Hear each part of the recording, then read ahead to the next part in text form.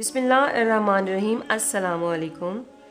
قارون کے خزانے کے متعلق محاورات اور حکایات ہم بچپن سے سنتے آ رہے ہیں اور بہت کم لوگ اس کی اصل حقیقت سے واقف ہوں گے۔ قرآن کریم میں چند عبرت آموز واقعات میں ایک واقعہ قارون کا بھی ہے۔ قارون حضرت موسیٰ علیہ السلام کا چچا زاد بھائی تھا۔ دونوں کے دادا ایک ہی تھے۔ قارون کا نسب نامہ قارون بن یسمت بن قائس اور حضرت موسیٰ علیہ السلام کا نسب نامہ موسیٰ ابن عمران بن قائس تھا۔ قارون تورات کا حافظ تھا اور بہت ہی خوبصورت آواز میں تلاوت کیا کرتا تھا۔ وہ ایک نیک پارسا اور با اخلاق نوجوان تھا۔ ابتدا میں سب لوگ اس کی عزت اور احترام کیا کرتے تھے اور شکل و شباہت کے لحاظ سے بہت ہی خوبصورت اور حسین تھا، جس کی وجہ سے وہ منور کہلاتا تھا۔ فرعون کے ظلم کے بارے میں کون نہیں جانتا۔ حضرت موسیٰ علیہ السلام کے دور میں فرعون مصر کا بادشاہ تھا، جس نے بنی اسرائیل کو غلام بنا کر ان پر ظلم و زیادتیاں شروع کر دیں اور انہیں ایک بدترین زندگی گزارنے پر مجبور کر دیا۔ ہر طرح کے مشقت طلب کام ان سے کروائے جاتے تھے۔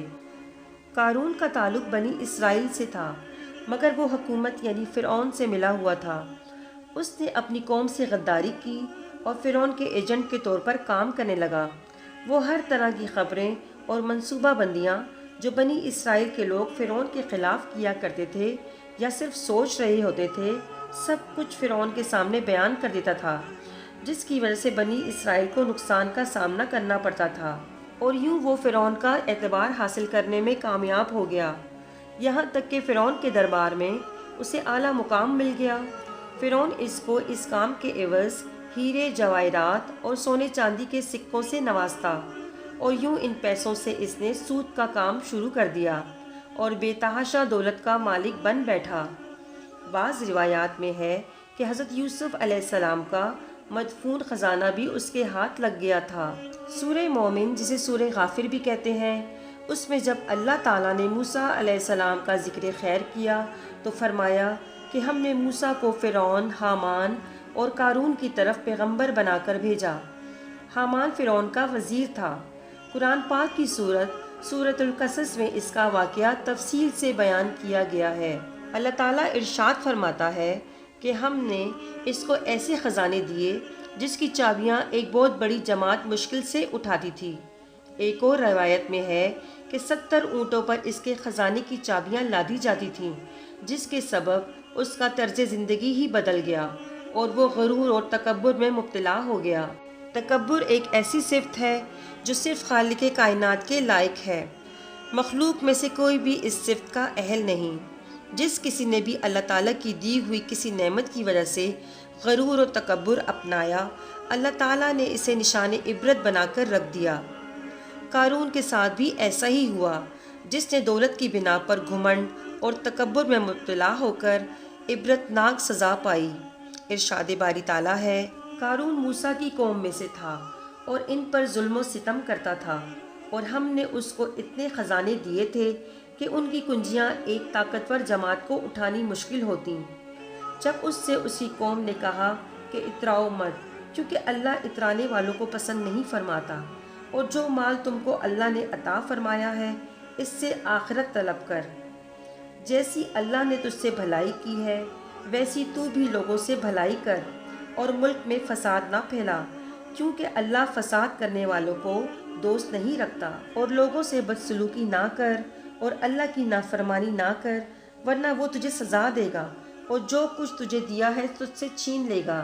یقین مان کہ اللہ مفسدوں کو پسند نہیں کرتا۔ اتنی واضح اور درست نصیحت کے جواب میں قارون نے کہا، یہ سب کچھ مجھے میری سمجھ کی بنا پر ہی دیا گیا ہے، یعنی مجھے تمہاری بات سننے اور تمہاری نصیحت سننے کی ضرورت نہیں۔ مجھے اللہ نے اتنی دولت اس لیے دی ہے کہ اسے معلوم ہے کہ میں اس کا مستحق ہوں۔ اگر میں اللہ کی نظر میں پیارا نہ ہوتا تو وہ مجھے یہ سب کچھ نہ دیتا۔ اللہ تعالیٰ نے اس کی بات کی تردید کرتے ہوئے فرمایا، کیا اسے اب تک یہ معلوم نہیں ہوا کہ اللہ تعالیٰ نے اس سے پہلے بہت سی امتیں غارت کر دیں جو اس سے زیادہ طاقتور اور بہت بڑی جمع پونجی والی تھیں، اور گناہ گاروں سے ان کے گناہوں کی باز پرس نہیں کی جاتی؟ مطلب یہ کہ گزشتہ قوموں میں ہم نے ایسے لوگوں کو بھی ان کے گناہوں کی وجہ سے تباہ و برباد کر دیا تھا، جو قارون سے زیادہ طاقتور، مالدار اور زیادہ اولاد والے تھے۔ اگر قارون کی یہ بات درست ہوتی تو ہم اس سے زیادہ مال رکھنے والوں کو سزا نہ دیتے، اس لیے اس کا مالدار ہونا ہمارا پیارا ہونے کی دلیل نہیں۔ قرآن پاک میں اللہ تعالیٰ کا ارشاد ہے، سورہ سبا آیت نمبر 34 تا 37، ترجمہ: اور تمہارے مال اور اولاد ایسے نہیں کہ تمہیں ہمارے قریب کر دیں، سوائے ان کے جو ایمان لائیں اور نیک عمل کریں۔ اللہ تعالیٰ نے فرمایا، پس قارون پوری آرائش کے ساتھ اپنی قوم کے مجمع میں نکلا۔ آرائش سے مراد یہ ہے کہ وہ عمدہ لباس پہن کر عمدہ سواری، نوکروں چاکروں کے ساتھ نکلا۔ دنیا کی چمک دمک کو اہمیت دینے والے لوگ اسے دیکھ کر رشک کرنے لگے اور تمنا کرنے لگے کہ انہیں بھی اسی طرح کی شان و شوکت حاصل ہو، لیکن صحیح سوچ کے حامل عقل مند افراد ان کی بات سن کر بولے، افسوس، بہتر چیز تو وہ ہے جو بطور ثواب انہیں ملے گی، جو اللہ پر ایمان لائیں اور نیک عمل کریں، یعنی ان کو آخرت میں ملنے والے انعامات بہتر، عظیم، اعلیٰ اور باقی رہنے والے ہوں گے۔ اللہ تعالیٰ فرماتا ہے، یہ بات انہی کے دل میں ڈالی جاتی ہے جو صبر والے ہوں گے، یعنی اس حقیر دنیا کی ظاہری چمک دمک دیکھنے کے بعد اس نصیحت کو وہی شخص قبول کر سکتا ہے جس سے اللہ تعالیٰ ہدایت سے نوازے۔ اس زمانے میں جب زکوٰۃ فرض ہوئی تو حضرت موسیٰ علیہ السلام نے قارون سے کہا، اپنے غریب قوم پر احسان کر اور اپنی دولت ان پر خرچ کر اور اپنے مال کی زکوٰۃ بھی ادا کر، جو کہ اس وقت مال کا 10واں حصہ ہوتی تھی، جو آج کل مال کا 2.5% ہوتا ہے۔ یعنی قارون کو اپنی دولت کا یہ کثیر حصہ دینا کسی طرح سے بھی گوارا نہ تھا۔ وہ اس دولت کو صرف اپنا ہی حق سمجھتا تھا۔ اس کے دل میں لالچ آ گئی، اس لیے اس نے حضرت موسیٰ کو بڑے تکبر سے جواب دیا کہ یہ سب کچھ خزانے اور مال و دولت جو میرے پاس ہیں وہ میری ذہانت اور حکمت عملی کا نتیجہ ہیں، اس میں بھلا اللہ پاک کا کیا کمال ہے؟ اپنی قوم کے بار بار سمجھانے پر بھی وہ باز نہ آیا، بلکہ غصہ ہو کر سوچنے لگا کہ کسی طرح سے حضرت موسیٰ علیہ السلام کو راستے سے ہٹایا جائے اور بنی اسرائیل پر مکمل حکمرانی کی جائے۔ اس نے زکوٰۃ دینے سے صاف انکار کر دیا۔ ویسے بھی فرعون کے پانی میں غرق ہونے کے بعد اس کی روزی موقوف ہو گئی تھی اور وہ اپنی دولت کا اتنا بڑا حصہ زکوٰۃ میں ادا نہیں کرنا چاہتا تھا، جس کی وجہ سے اس نے موسیٰ علیہ السلام سے حسد کرنا شروع کر دیا اور حضرت موسیٰ پر طرح طرح کی تنقید کرتا تھا۔ وہ بنی اسرائیل کی قیادت کا خواہش مند تھا۔ جب قارون کے مقاصد پورے نہ ہوئے تو اس نے ہر طریقے سے حضرت موسیٰ علیہ السلام پر الزام تراشی کا کام اختیار کر لیا اور اپنی شرارتوں میں اضافہ کرتا چلا گیا، حتیٰ کہ حضرت موسیٰ کی سرعام توہین کرنے کا منصوبہ یوں بنا لیا کہ اس نے ایک عورت کو کثیر رقم دے کر حضرت موسیٰ پر تہمت لگانے کے لیے تیار کر لیا۔